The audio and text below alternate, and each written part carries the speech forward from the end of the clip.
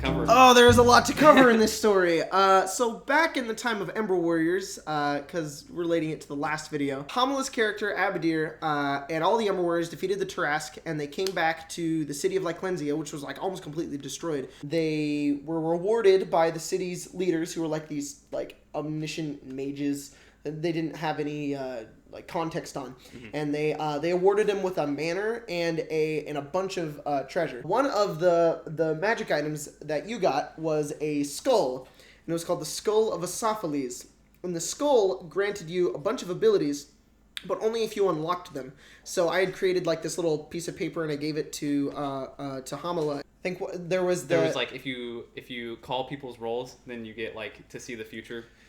Like he would have to like roll, and well, he would have to say like, I'm gonna get a 16, and if he got like 20 16s like over the course of so many games, he unlocked an ability where he could like, the skull could see into the near future. The skull could also talk. It was just this mysterious item. There was one ability that it had where it could what was it? So on the paper, what it says is like, throw the skull into the sun, and then the definition of what I get is that I get the knowledge of everything in the universe, which was your joke. It was more of a joke. It was just like, which I didn't really take as a joke. I thought no, you were just like, sweet, that's an awesome ability, and I'm like, oh, don't do that, but you pursued it. Eventually, over the course of story and what happened with the game, Abadir ended up becoming a vampire. He's a tiefling.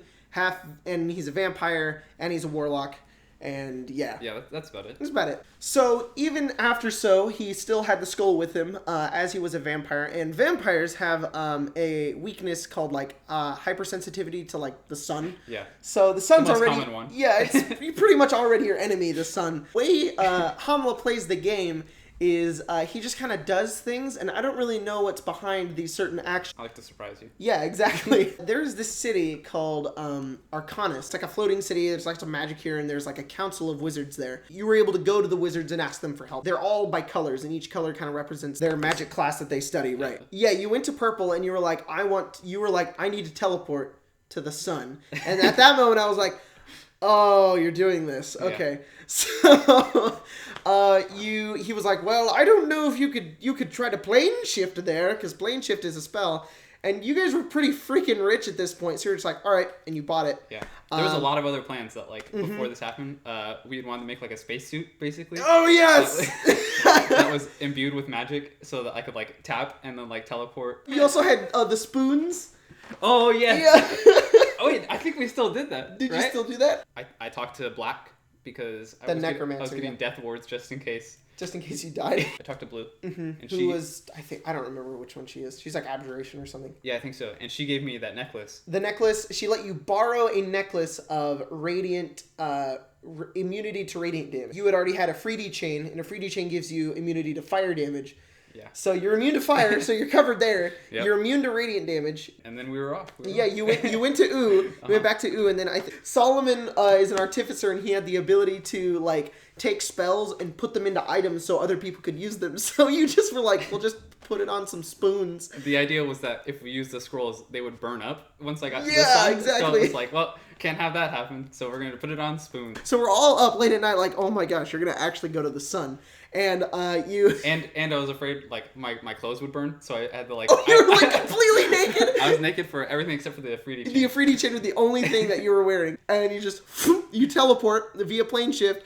You appear in front of the sun, and there was just nothing. Blinding light. Your eyes couldn't comprehend anything. You could only just comprehend that faster you were moving at incredible speeds. Because at first you guys were like...